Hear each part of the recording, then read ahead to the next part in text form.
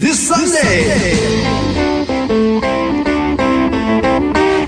Every Sunday. Side by side at the microphone, from the green light to the speed trap, Chris Switzer and Ray Garino calls them as they sees them, and you better believe them. Here! Relevant news, biased opinions, and outright bullshit regarding every aspect of automotive culture. Gasp at mechanical trickery never before revealed over FCC-regulated airwaves. Thrill to the explosive tension as Chris and Ray cuss each other down the track and barrel roll across the finish line, laughing at certain disaster as they shake hands for the devil.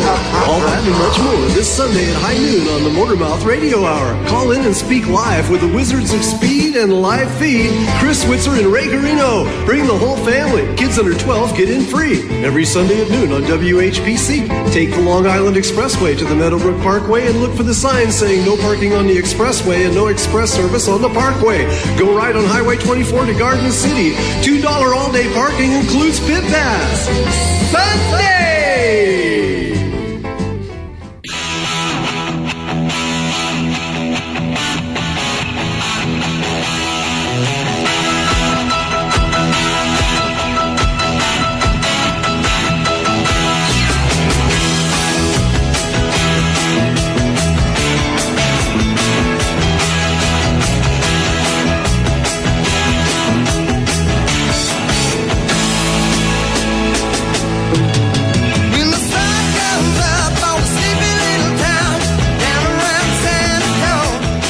Well, if you're gathering around San Antone, you made a left somewhere and went way too far to the west, because you've actually landed in Garden City, where you've tuned in Motormouth Radio, Long Island's only automotive talk show, with your hosts, Ray Guarino and Chris Switzer. How are you, Chris? Pretty good, Ray. And you know, we read all your cards and letters, and we read all your emails, and we regret to inform you that this show is still going on. Yeah, we're keeping it tough. We're standing guard, doing like we always do, and whether you like it or not. Sorry. Whether you like it or not, exactly. For all the automotive advice for people that don't need automotive advice, we're here for you at Motormouth Radio. Yeah. Sometimes we give ourselves automotive advice, and yes, that's really scary. Yeah, and we got a good show today. We're having very exciting. Oh, yeah. We're going to be. Who are we chatting with? You know, it's a good show. What are we doing? And sometimes what happens is guests are a little elusive. It's hard to get people. And listen, people that we petition, you know, they run shops, they run businesses. Some of them have TV shows, like today's guest. We are we're on par to have Mr. Dan Short from Fantomworks, that TV show that was on. Well, you know, it bounced around like the networks do. It was last on, I guess, Motor Trend, but I think it was on Velocity before that. Mm-hmm. And I personally love the show, and I still watch it in reruns. I really like watching it. A lot of people say the same thing. They felt it had a realism to it, an approach that was, you know, every show has a little bit of drama. There's always something that goes on, but it wasn't overdone. It wasn't Tuttle drama, if you will. You know, it wasn't like, American Chopper. Right. It was, you know, there is drama in shops. Guys throw tools at each other sometimes. Guys yell across the bay. There's, you know, hey, who took my screwdriver? That's why the tool companies sell, you know, orange, red, blue, green, yellow tools, so you can say, hey, that's mine, that's not yours. So, right, yeah, exactly. Dan, I've been trying to get Dan back on. He's been on the show in the past. We were trying to get him back on, and now we finally put it together for today, so he should be at around the bottom of the hour. And if you want to, Dan should be coming in on our other backdoor link, which means you can speak with him if you call 516-572-7440. That's right. 516-572-7440. You can call us, right? You can talk to us before then if you'd like. If you really want a daredevil, if you really think you're Super Dave, yeah, give us a call. We'll talk to you. Let me tell you, let's talk about minutia, automotive minutia for a minute. I want to bring this up, okay? Because you know how I like to do things really, really small. But anyway, you know when you're rolling up an extension cord, right? Day's done, you're taking the extension cord or the drop light with the cord or whatever have you, and you're rolling it up. And usually if it's a very, very long extension cord, you grab a hold of one end with your hand and you roll it around your elbow, right? And you make a nice bundle, and then with the last 6 or 8 feet of that, you wrap it up around the bundle and stuff the other end of the extension cord through the hole, and you hang it up, or you dispose of it properly, or put it away, whatever you do with it. Well, I found in the last couple of years, I can't wrap an extension cord without hitting myself in the crotch with the end of it. Oh my God, I've never heard of that. I thought you were going to say hit yourself in the head. No, here's the funny thing. Your other brain. This was the all right. It's the truth. I'm wrapping the extension cord, and I'm aware of this. And all of a sudden, I'm aware it's like, bah! It's like, oh, it's dirty old white. It's always. I always have to like dance around the garage to try and keep that end of the extension cord from clocking me in the right spot. Wow. How long has this been happening? Is this a new occurrence? Years. And you haven't learned yet to not do that. I haven't changed my technique. No, here's the funny thing. Yesterday, I was running a whole bunch of extension cords. I had a whole bunch of them that were all just, I wanted to get them all in one place. Yeah. So I had them all out on the driveway, and I'm wrapping them all up, and I'm thinking to myself, you got to be cool. The neighbor's watching. You got to be videoing. So gotta be cool about this. TikTok is on, right? It's like what?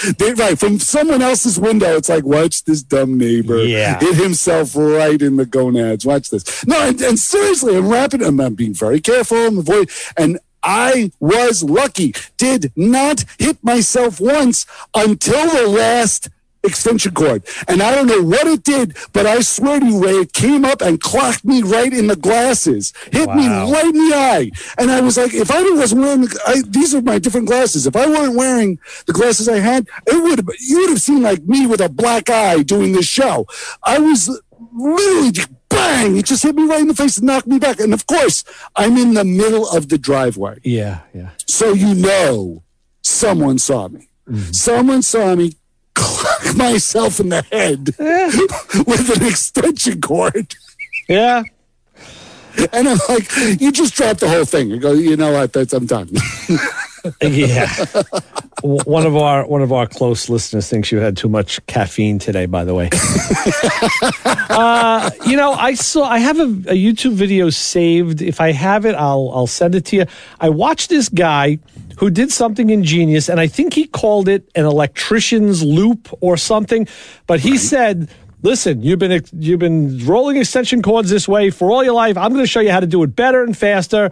With one pull, it all comes out. And he did this series of loops that he did it seamlessly, and he did it slowly too. I haven't mastered it, but one pull, it all comes out all the time. Well, yeah. Well, what I have mastered is answering the phone. So okay. What about the extension cord? No, we will go to the phones in the fun and say, hi, you're on with the Motor Mouths. I think someone needs to have TomTom call more than me. Boy, he is tightly wound this morning. What's going on in there? And Bob, and you're not even a guy who sent me a message saying he thought Chris had too much caffeine. Hey, Bob, how are you? Gentlemen, good to hear you. Yeah. Always a pleasure. Come on, Bob. Did you ever do this? Did you ever wrap an extension cord and hit yourself in the wrong spot? Only around the neck. Oh, wow. That hurts, yeah. So ouch. I wanted to say hi. And also, I'm going to go into cars, but I had a question for your guest today, who we've watched for years and enjoyed. It's a shame he's not on anymore. I wanted to ask him, what was his... I saw several Mustang shows. What was his favorite Mustang that he built? He did a 68. He did a couple 65 and 66s. He did a 69, 70 Boss. That's my question for your guest. Okay, we'll see if we can get that in. I know he did one. I saw it about a week ago. I remember a client had 2 early Mustangs, 2 first gens. One was, I think, a convertible, but it was a 6-cylinder car, and they got a V8 hardtop as a donor car and swapped the engine, transmission, the suspension for the 5 lugs. I mean, they really made the first car into the second car. That was a lot of work. That really was. I can't even fathom putting that much work into a 6. You're right. The brakes, the lugs, everything. You put a small block Ford in there. It gets 260 or 289. Yeah. So yeah. Anyway, that's my question to him, and tell him that we miss him. Definitely we will, yes. And so, Chris, remember that question, because, I mean, thank you, Bob. Thanks, Bob. I wish you guys well. Thanks, I'll talk to you soon. Talk to you soon. Be safe. Bye-bye. Bye-bye. All right, that was Bob from Rockville Center, of course. You see, Right. A guy like Dan evokes that kind of conversation and question. More people than not that I talked to really liked his show and still like it. So, But, you know, like he told us after he ended the show and we had him on, he talked about how it was just such a grind, and I'm sure he'll cover that a little bit today, how it was just so much, it overcomes, you know, everything, like the show becomes the business, and, you know, but the business is the business, so. Yeah, and sometimes the business is sacrifices because of the show, and sometimes you have to make that choice. Right. You have to say, well, my livelihood or entertainment. What's more valuable? And if those people that can make it work, make it work. Right. And totally understandable. Those who can't, or not say can't, those who feel their sanity is worth something. Right. Right. So we totally understand. Let's go. Exactly. So yeah, it's call us 516-572-7440. That's the phone number to get a hold of us here at Motormouth Radio. But yeah, it's I'm very anxious to speak with him about the show and about how life is treating him and what's going on, and just knowing how catching up with an old friend. Yeah, absolutely. So are you hitting yourself in the wrong place with anything this week, or no? No. I was actually, I learned how to, I took apart a Milwaukee, battery-powered ratchet, which is very popular these days. Right. The fellow at the shop, Derek, had one that needed to be rebuilt. The head, typically goes bad. And we sent it down to Matco Man Brian. Nice. And he rebuilt it and sent it back. And there was a problem. Brian was helping me diagnose it. It looks like there was a piece missing. And I remembered, I didn't remember this yesterday when I was talking to Brian. It's a little bushing that goes in between the piece that spins. It's called the crankshaft that actually moves the pawl. And I don't think it was now. I honestly can't say. I don't think it was in there when it went down to Brian. Only because, Derek had this thing apart. And I don't remember now knowing what that part is. I don't remember seeing it. So Brian's going to send me some pieces, and we're going to. We were trying. It was funny. We were trying to diagnose this over the phone, and I was measuring the pieces with my vernier caliper, and of course, I'm giving him the measurements, and then Brian searched around. He found a caliper of his own to take some measurements, and he's giving me measurements, and he goes, well, yeah, it's like, 10 millimeters. I'm like, wait a minute, I'm using an American caliper. So, no, I got to convert. So, good thing you guys weren't involved in the moonshot. I'm telling you. Well, this was the workaround. I mean, you could convert, or, the world moves to metric, I guess. I went and I took out a digital vernier, metric American caliper that I have that I don't usually use, but I do have. And then I switched over to, the metric measurement and saw that, we compared our notes. So we're going to get that squared away. But, tool rebuilding, he does a lot of that with the pneumatic tools. Our good friend Ray, the fixer, did the same thing, built a lot of pneumatic tools for guys. Okay. And once you do them enough, and the different manufacturers and brands, like, Brian was saying with the stuff he does for Matco, he can do the pneumatic stuff with his eyes closed. It's, Matco did it really, really nice, where they made a lot of interchangeable parts. So that really helps. But the Milwaukee thing, I got a little education. I got an education on how to do it. And I think if I was to find one in a pawn shop or something that was not working, I would probably take it upon myself to try and fix it. You have to see. That's great. No, it's funny because rebuilding tools is a fascination I've always had. I mean, I love it.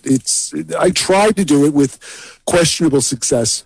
Right. I have an electric nail gun, not nail gun, a screw gun, like a drill, and it won't go. It'll only go in one direction. It won't go in reverse. The switch seems to have malfunctioned in some way, and it's just a matter of taking it apart and figuring it out. Well, I'll tell you, I've done a couple of those, and I've done some corded drills, and with those, it's it's one armature that just reverses. So right, but So it could be one of two. The first thing you do is you obviously you look for any kind of schmutz and gunk or whatever that might happen, or maybe sometimes a wire falls off. Sometimes I've had that happen. Yeah. But with a voltmeter, you can check the continuity of that switch with a voltometer, and then when you pull a trigger, you can actually read voltage.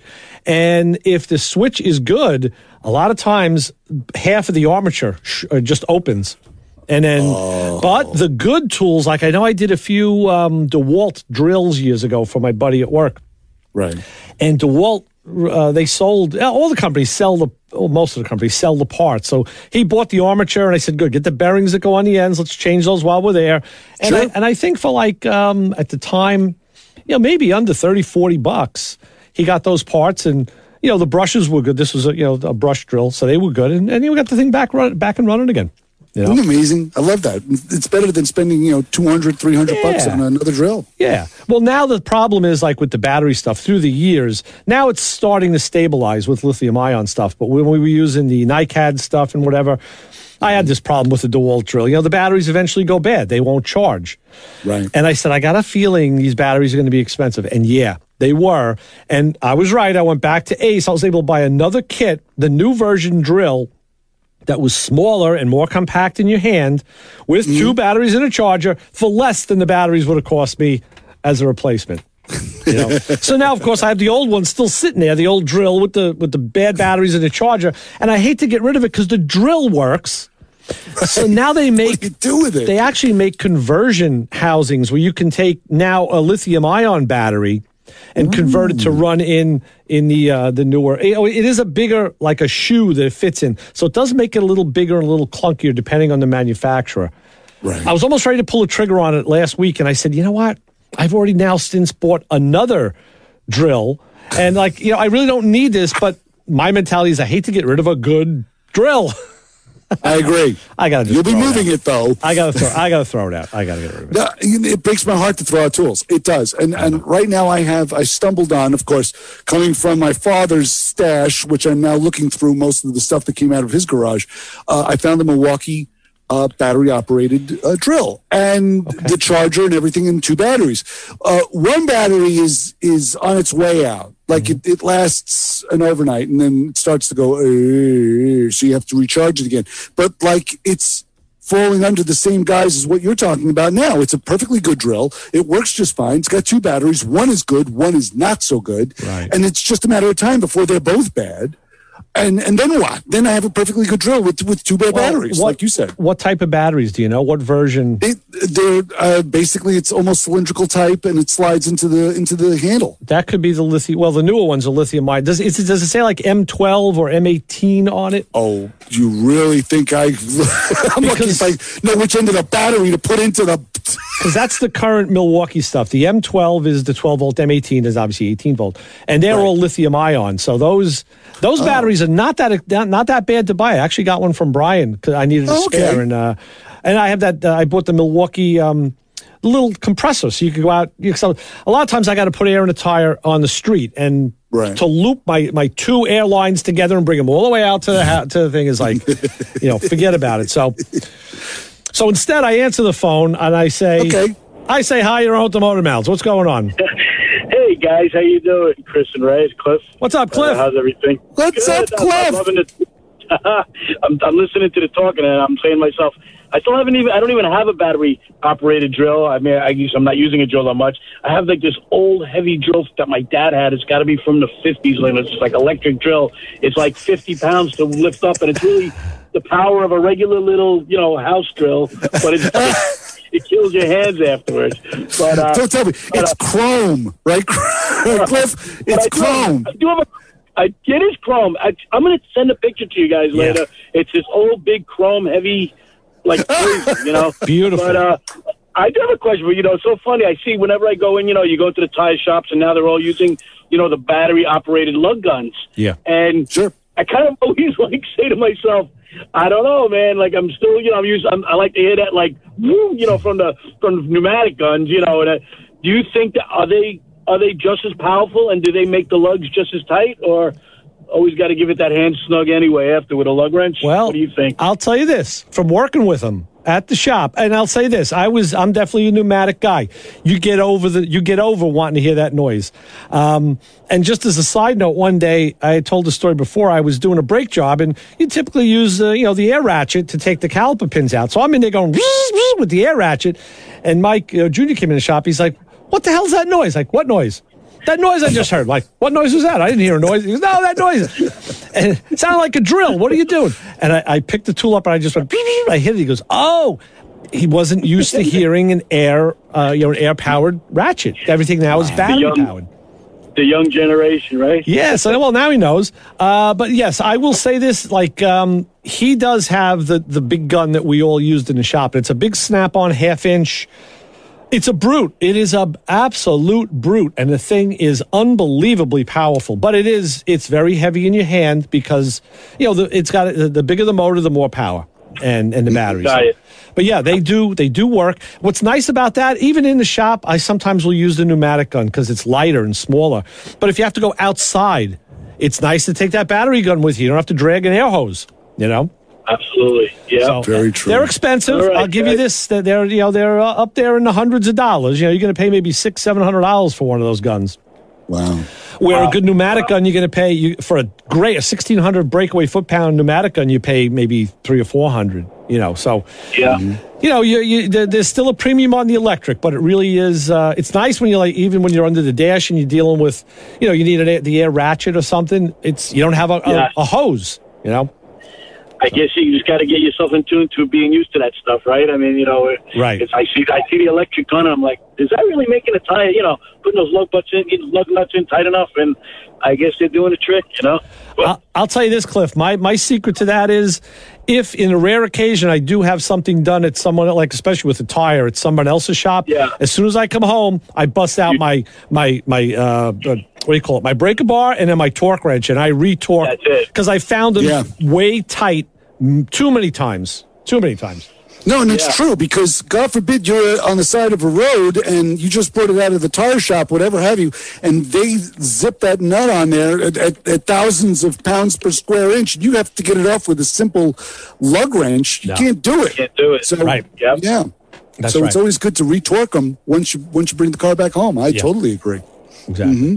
No, it's happy Sunday, guys, and it's always great talking to you. Yep, Show's great as usual. Pleasure, Cliff. Keep in touch. Talk to you soon. Yes. Be safe, Cliff. Chris, Thanks for take care, calling. man. All right. I'll talk to you soon, Al. So long. 516-572-7440. It's funny. Cliff mentioned that old drill. The only tool that I have that I will always use, that I will always favor the older model, are the buffing machines. I knew you were going to say that. I love those things. The weight is what helps you buff the car out. It's the weight of that thing. And I'll tough when you're doing doors. Well, I'll tell you something. Mike has them at the shop. He has the new battery powered ones, the new battery line, and they are so opposite. They're much smaller and lighter. Really? And I even said to him, I said, "Wow, Chris couldn't use this tool," because and I understand the benefit of having that weight, but you're trained and you know how to use that weight. The newer guys know how to use the size. It's all a matter of what you're used to. And it was always the case, compound's very slippery. And of course it gets everywhere, and it gets on the handle, and it gets on the back handle and the side handle of the buffing machine. And there have been times where that thing has gotten sent out of my hand and gone over the roof of the car. So at least you need the cord to follow where it went. Back in the 80s, I bought my first house. I was buying some tools and went to Sears, because Sears was still around and thriving, and I bought some powered tools. It's where America shops. Yes. Yeah, well, it was at least. And I bought and have it in the basement somewhere. And I bought a half-inch drill. Like Cliff was saying, it's got a top handle, a side handle, and it was like the last one they made with a metal body. I think it's like an aluminum body, but not chrome. Yes. But that thing is, and that's what you want to go through, like, rafters with, or floor joists, or, you could do, it's not a hammer drill, but you could even do some concrete stuff with it. It is a beast. Oh, really? Yeah. What have you used it on last? I haven't used it in, let's see, I bought it like, 30 years ago. So I don't think I've used the thing since the early 90s.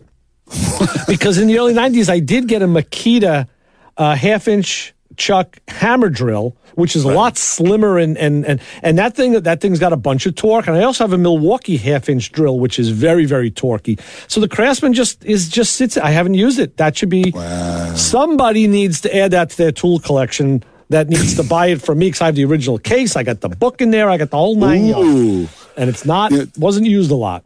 It's funny because I have one literally from my dad, and it's the reason why I never bought one of that massive size, because I've always had that thing, and I always remember it my whole life. But it's stored very properly with the cord wrapped around it completely. There's no box, there's no instructions, and the cord is like fraying at the end of it, like so well, like the responsible way my father stored it. And it's been sitting that way ever since. I'll tell you, I have a Metabo grinder, a 4-inch grinder, and the cord on, and that's what I use to dress welds and all. I use that a lot, and the cord started getting frayed, and so I took the back part of it apart. I said, no problem, I'll change the cord. No, I don't remember now what it was, but there was something that stopped me and made me put it back together. The way that they did this, it's like you got to go really inside the tool, deeper than I was comfortable going at the time. So I actually asked Brian if he, has a place that he could send it out to. And maybe, Yeah, I actually have a Metabo grinder floating around the house somewhere, too. I can't tell you anything about it. I used to use it as a buffer, and I couldn't use it as a buffer because it was only like one speed. Right. It wasn't a variable speed, and sometimes you need that. But I was trying it because it was light. Right. And I wasn't using it as a grinder. I adapted the head of it as a buffer, and it worked out pretty well. But tell you what you got to do now. It was all fast. Yes. You got to tell us if we have our group of the hour, because Dan Short is ready to come in shortly in a few minutes, and I said, okay, we'll take our break. So what do you got? Sounds good. Well, of course, we have the Motor Mouth Radio on a group of the hour. If you have a car part on your shelf that you have no clue what it's for. So, is it really for the car that you had last week, last year, last generation? Which car does that bracket go to? Those rims, they came off of something? I have no clue. Well, if you have enough parts lying around to build another car and can't remember which parts came from where or how you acquired them in the first place, then you are part of the Motor Mouth Radio on a group of the hour. There you go. Nice. I tell you what, we got a song to come out to our break, and it's dedicated to our two buddies, Brian and Macro Man Brian and Chassis John, two guys that were living the bachelor life for the last week because their wives and John's kids, Brian's kids, were down away on a vacation. So these guys were batching it for a week. Brian still is. John isn't anymore. So I know they were saying, oh, it's so lonely here without you. So we'll dedicate this to them, and then we'll be back probably with Mr. Dan Short. So keep your eye out for him.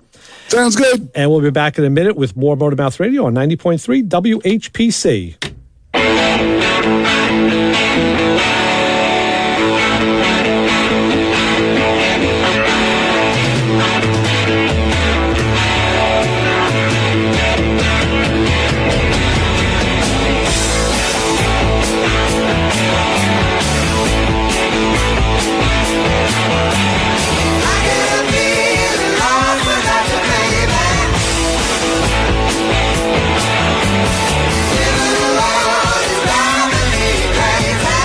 Show on 90.3 WHPC is brought to you by CarStar Celebrity Chase Collision, with two locations in Limerick and Oceanside, who remind you that New York state law says you always have the right to choose which shop will fix your car. CarStar Celebrity Chase Collision offers a full range of services, 24-hour towing between Montauk and Manhattan, shuttle service, and they can help you with a rental car arrangement if needed. All repairs include the CarStar lifetime nationwide warranty, ensuring that the experts at Celebrity Chase Collision are always on your side. Y sí, hablamos español. More information is available by calling 516-593-0920 or visiting online at celebritychasecollision.com.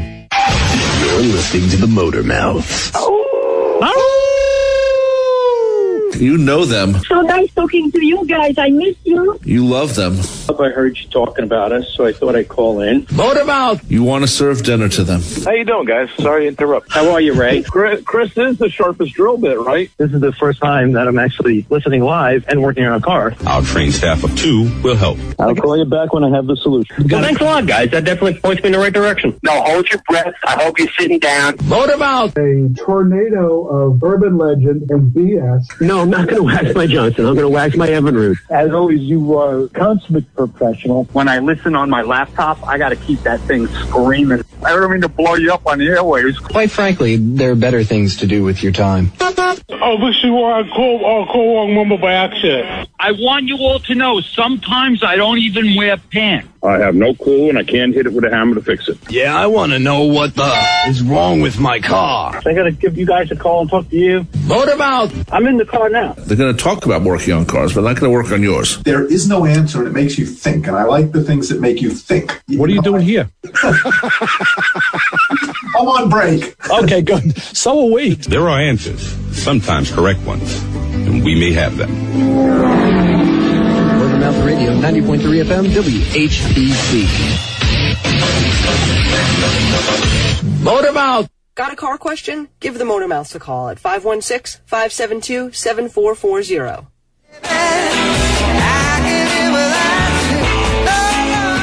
All right, we're back. Motor Mouth Radio. Hey, Chris. All right. We've completed our break duties. Yeah, sorry you woke me.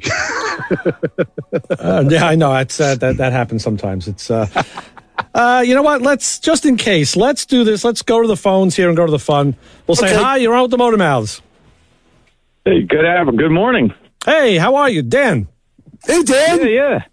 Excellent. I'm doing well. How are you? Oh, very, very good. And I got to tell you, just by mentioning your name, just floods people like always. How's that guy doing? What's he up to? Damn, I miss his show. And we agree. So, well, actually, I was going to ask you guys because I've noticed a very interesting phenomenon since the outbreak of this pandemic.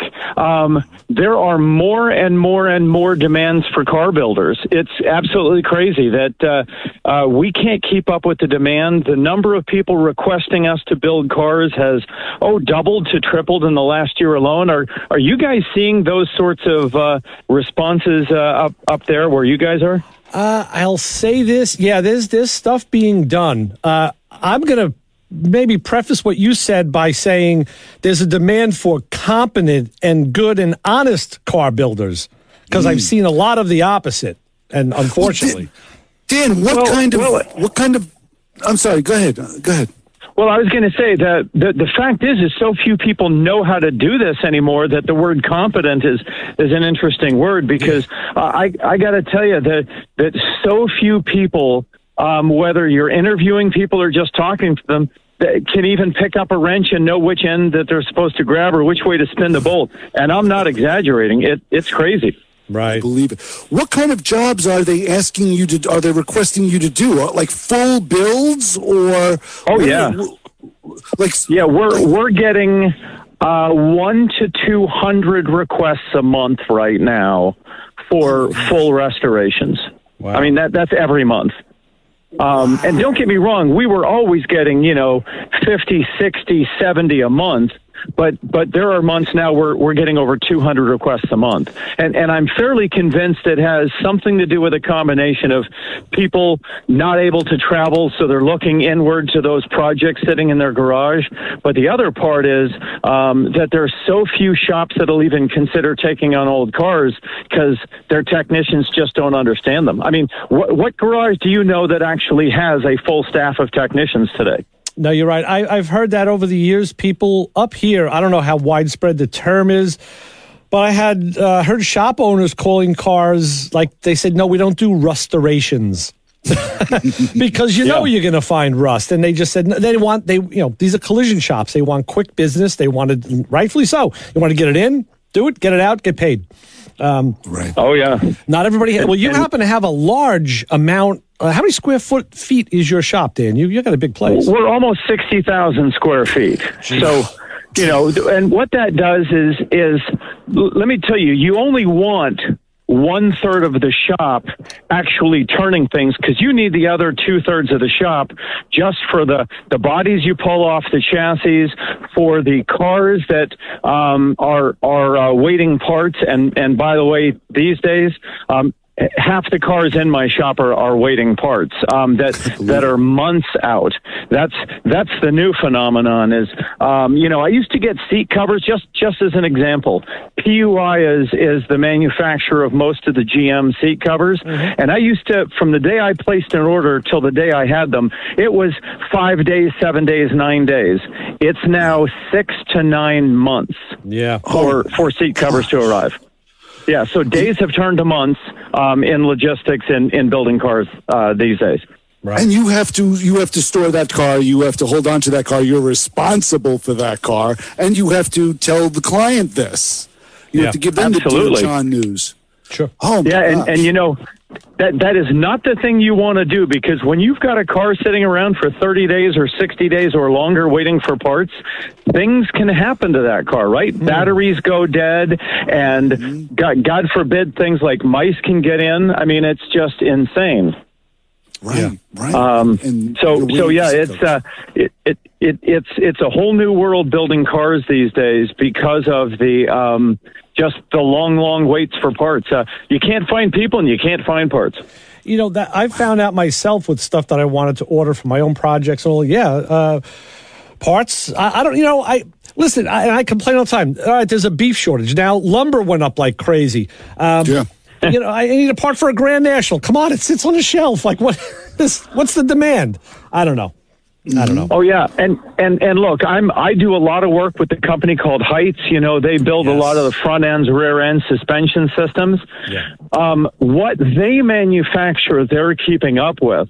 But if you order a Heights, like an independent rear suspension system, what they don't have is the axles, because they're produced by Mosier or by Dana or someone else, and they can't even get the axles in these days. So even though some manufacturers are still producing at a full rate, the simple fact is their suppliers aren't giving the parts to them. So the shock waves are just huge, and I think that's also why a lot of these companies don't want to get into these bigger builds, because you end up with a car sitting in your shop for 6 months waiting for things. Yeah, I know on this level here in New York what I've seen, and I've talked to my friends who own shops and small business owners.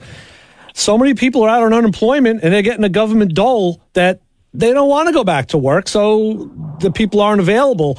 And without going off on a tangent about that, because we could talk about that for a couple of days, I think that's up here. That's a big part of the problem. So very true. Oh yeah. Look, I don't know how it's going to end. I'll just say one thing about it, because I think I agree. We could spend a month talking about that subject alone. But a friend of mine who deals with employment in Florida, even though Florida, DeSantis lifted the bans and everyone's supposed to be going back to work and they cut government money, he said 50% of the people are refusing to go back to work, even though they're not getting the government money, because they've just gotten so used to not working. And what you guys, and I think you guys get it, but the blue collar industry, the guys that turn the wrenches and fix the electrical systems and do tune-ups, they're the guys that got affected by it the most, because let's face it, if you're making 50 grand a year turning wrenches and you can make 55, 60 grand a year just collecting unemployment, you ain't going back to work. Right. Exactly. Yeah. Very true. It's a sad state. Off air, you had mentioned to me that you're back up to full capacity with your techs and mechanics. How many guys do you have working for you now, Dan?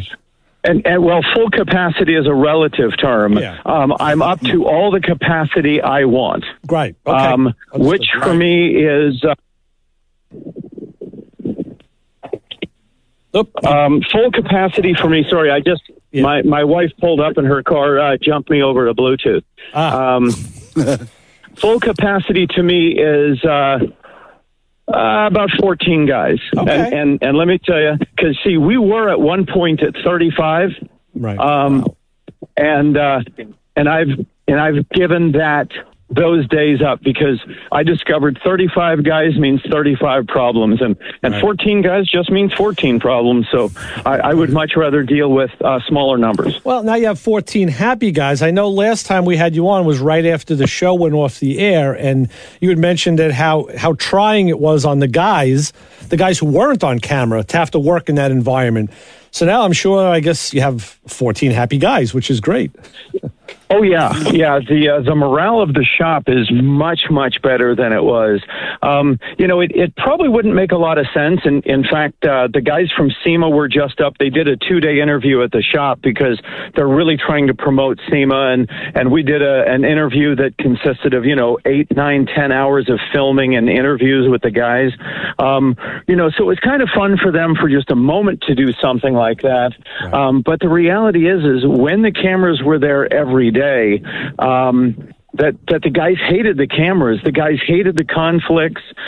They hated dealing with the crew, in some cases, trying to goad them into saying things or doing things that they shouldn't do. And so, life is so much better now that the cameras are gone. And it's ironic because if you talk to most builders and say, would you want a show?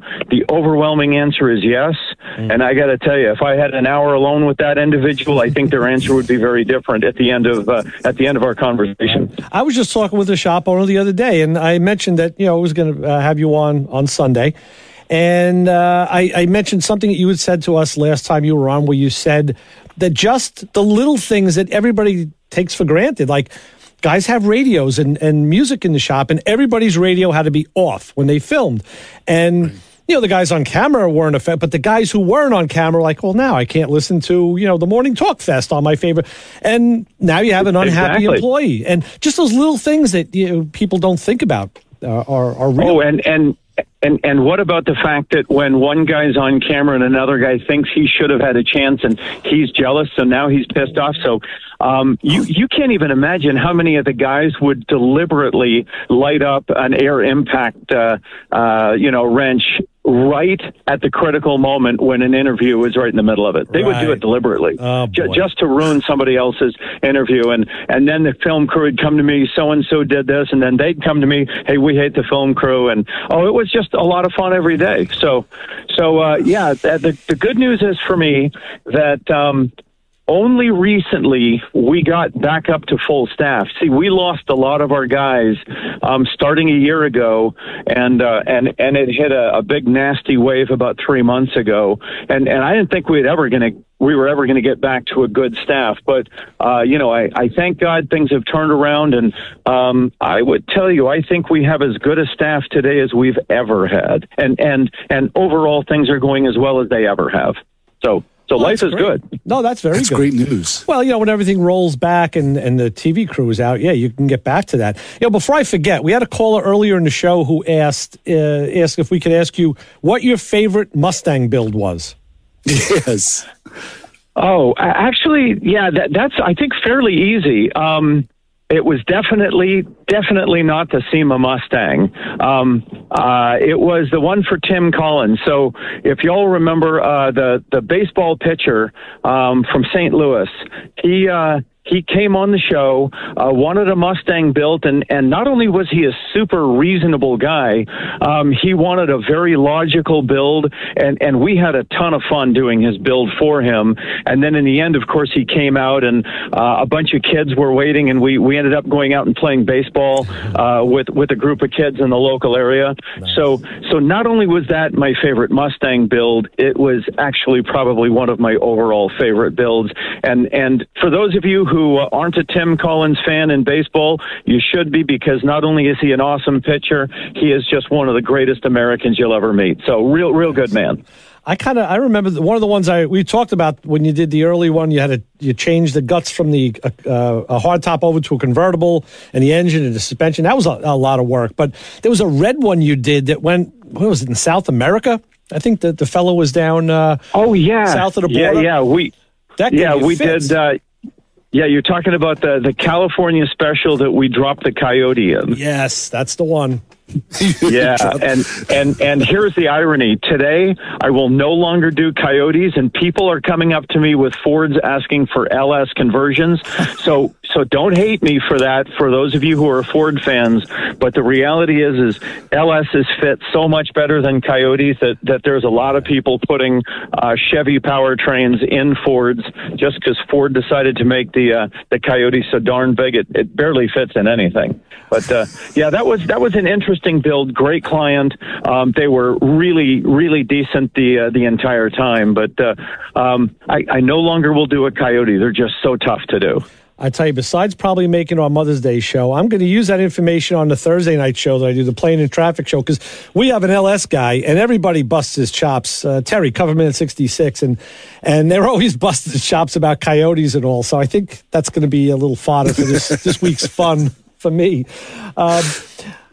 Dan, how... Now, let me throw a plug to Ford. Mm-hmm. The Coyote is a magnificent motor, and once you've, cut the car, once you've cut 2/3 of the metal out of the car and you've actually got the car put together, the Coyote is amazing. I mean, when you hit that pedal, you understand why Ford went through all they did to create that overhead cam motor. But it's just so much work to put one in that, and by the way, they're double the price of an LS by the time you get them in easily. So yeah, as much as I love Ford, and as far as I'm concerned, Henry Ford is the single greatest pioneer in the automotive world, I still have to go to Chevy and the LSs, even in the case of throwing one into a Mustang. Right. Well, that's the thing. They are huge. They are huge. And they don't have the aftermarket support like the LSs do either. There's not as big of a support. No. So, no, there's... For every 10 parts you can get for an LS, you might be lucky to get one for a Coyote. Yeah.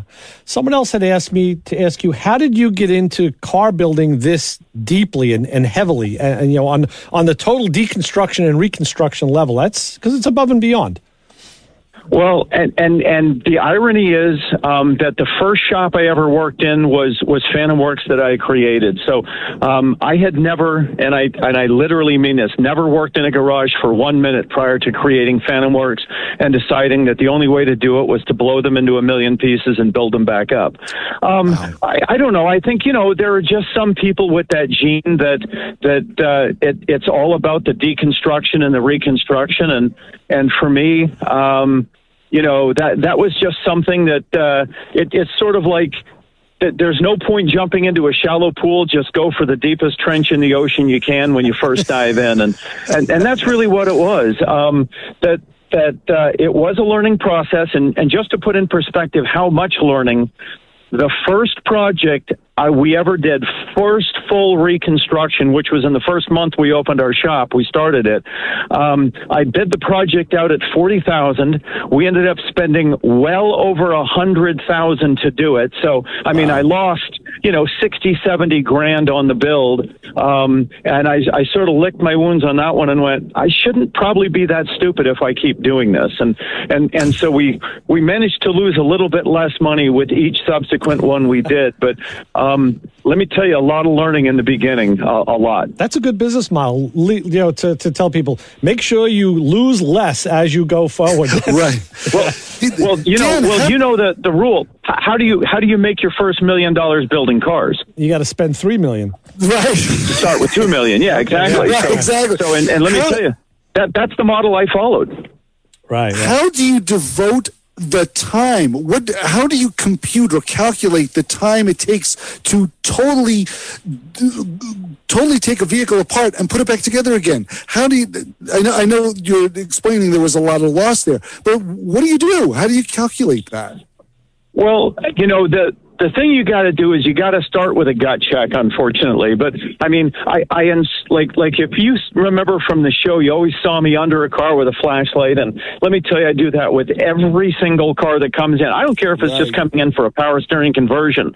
I'm spending an hour and a half, 2 hours looking at a car because I need to understand. If a car's got rust all over it and chopped up wires and everything else, everything's going to cost more because the individual hasn't taken care of the car, and you're going to have to fight, 40, 50 years worth of corrosion. On the other hand, if it's in fairly good shape, you're going to be on the lower end of the spectrum of whatever you're going to have to do. But the reality is I don't do estimates. They are impossible to do. Yeah. So what I do is I look at a car, I have a gut check, and generally speaking, at the risk of sounding a bit smug, my gut checks are about 90% accurate. Mm-hmm. But at that point, I ask the individual what their budget is. And they're going to give me one of three numbers. They're going to give me a number below my number at my number or above it, right? And if their number is below or at my number, I say I can't help you with this project. They have to give me a number greater than what I think it's going to be, because even though, like let's just say I think it's going to cost $100,000 to build this car, if they give me a number of 100 or less, then I've got no room for any extras, no room for anything that we haven't found yet. And so at that point, I say thank you, but no thank you. If they give me a number of at least 25% higher than what I have in my mind, then and only then do I take on the project. And that way I got a little bit of coverage. Yeah. You know, like you said, when you assess a car by what you can see, I've seen it on your show alone many times where, you know, one of the guys will call you over and say, Dan, look at this. The floor it was undercoated, looked okay. And once he pulled the stuff away, there was newspapers and chicken wire. And, you know, they just Band-Aid a pig to make it look right to sell the thing. And it's like, great, now the whole floor is coming out of the car. We didn't expect this, you know? Oh, absolutely. Look, by the way, I'm about 30 seconds from my no-sell coverage, so I'm going to try and get through as quick as I can. But my favorite example of being duped was when a man brought me a floor completely crafted from sculpting foam. I mean, somebody had spent 20 hours sculpting every thing out of sculpting foam, and I didn't go shove a screwdriver through it because it looked magnificent. I should have shoved a screwdriver through it, and I would have found nothing but styrofoam. Right. Yep. Oh my word, that's ridiculous. Yeah. And so there's an irony. You would be amazed at how much people will spend not to do things right. Oh yeah. Well, I always say if people were half as crafty in learning how to, you know, do something the right way or learn a technique as they are in how to botch it up and just get it out the door, foobar the thing, you know, we'd have a lot better. We'd see a lot better cars and motorcycles and boats on the out there, and houses too. You know. Oh, yeah, you know, to spend 10 hours to save $50 makes zero sense at all. Yet you will find that all the time. Yeah, it's amazing. It's true. And I hate to say it, there have been times I've actually done it too. So I totally understand. I totally get it. Dan, has there ever been a car that has come in through your shop where you just say, this isn't worth it? Like, I mean, a vehicle that still is in good shape and everything looks and appears the way it should, yet you still turn it away and go, it's not worth anything? Like, if someone showed up with like a 4-door Valiant Signet or something and wanted it done and you just Actually, they did. He did do a Valiant early on. It was a 4-door. And the guy, really? Yeah, I remember that car. Well, I missed that one. Yeah, so it's all about the love of the owner. Yeah. Hang on. There's a family connection to the car, I think, where the guy. Yeah, I guess that would probably be the. And he wanted to, Bobby from the Olds Club here is doing that now. He's helping the guy, has a 4-door Olds F85, and it was a base model, but it was his grandfather's car. So the guy's putting a lot of money into a restoration that you would never do otherwise, because. Who would? Yeah, so it's all about the love, and now, but even like I've had guys that love their cars, and I've still said no. And an example would be, and I'm probably going to step on a lot of toes, would be anything built in the 80s. Yeah, okay, right.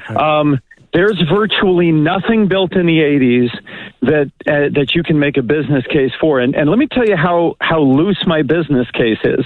I tell every client that comes in that if I can't build their car and after it's built, if they can't sell it for at least 50% of what we put in it, then it's a bad business model. Now, you know, a lot of people think you can get 100% of your money out. Well, good luck with that. I want to meet the guy that can build cars and get all of his money back out of them.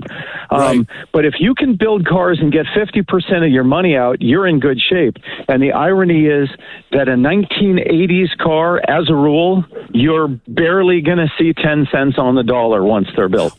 That's about all they'll generally bring. Yeah. So that's why if it was built anywhere in the 80s at all, I just say there's just no point in even thinking about it. And there's only a very few 80s cars that are even worth putting any kind of time into anyway that were, you know, halfway collectible. So, but that's coming up because as the population ages, you know, people want what they had in high school. But I think we've talked about it on this show many times.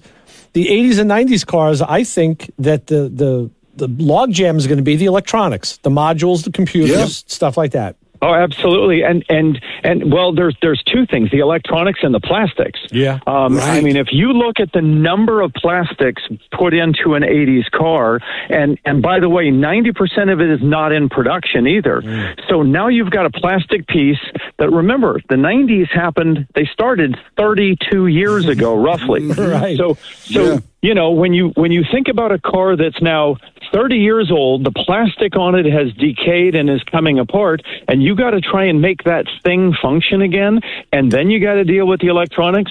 You very quickly get to the point where you realize there is no way you can do it and just not lose your tail on the job. So it's better to just say, you know what, I'm just going to pass on this one.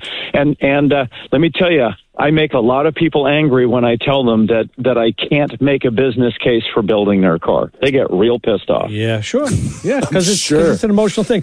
Well, Dan, we're getting close to the end of our show. If you can tell people how they can find you, not on your voicemail, though. That's not a good idea. But because people want to connect with you and you know, social media or what's coming down the road in the future for you that people may want to know. Okay, sure. Yeah, I mean, you know, if they've ever seen the show and they can spell Fantomworks, of course, everybody, it's ironic, people still try and spell it with a Phantom, but it's an F. So if you just spell Fantomworks with an F, look, we've got our shop number on the website. We've got a website. I'm actually pretty easy to find, and what is interesting is when I hear people say, you know, we couldn't figure out how to locate you. It's like, man, Stevie Wonder could find me in a crowded room, you know. So I'm pretty easy to find. But yeah, we're still alive. We're still well. I love coming on your show. It's actually a lot of fun to do this. So good, just have a few minutes to chat about cars. And hey, so if there is one thing out there, I can say to the listeners, hey, keep turning wrenches and teaching your sons and your daughters how to turn wrenches, because let me tell you, I don't think we have any shortage of people that can work on computers, but we have a severe shortage of anyone who can turn a wrench. So that's going to be where the money is made in the future. I'm fairly convinced of it. Right. Wow. Well, thank you, Dan. And with that, we're going to have to wrap because we have another show coming in. We got to go. We'll keep in touch. I'll bug you from time to time. We'll get you back on and keep you in the loop. And we thank you for coming on with us today. Absolutely. All the best. Have a good one, guys. All right, Dan. Thanks. Take care, Dan. Thanks. All right, that was Mr. Dan Short from Fantomworks. Check them out; they're still on TV and reruns. Yes, and no, it was good. It was good to hear what Dan thought about how it's going and how he feels about it in the future. The way cars are, right, is what we expect in the future is not really good. They'll be restoring the same 60s and 50s cars for the rest of our lives, I guess. And the future for us is now. We're done. So, Chris, we got to get out of here. What do we always say to people? Don't follow us home and don't try and restore your 80s vehicles. Right, we'll be back next week with more Motormouth Radio and Fireworks. For Chris Switzer, Ray Guarino, see you next week. Bye. See you. Bye.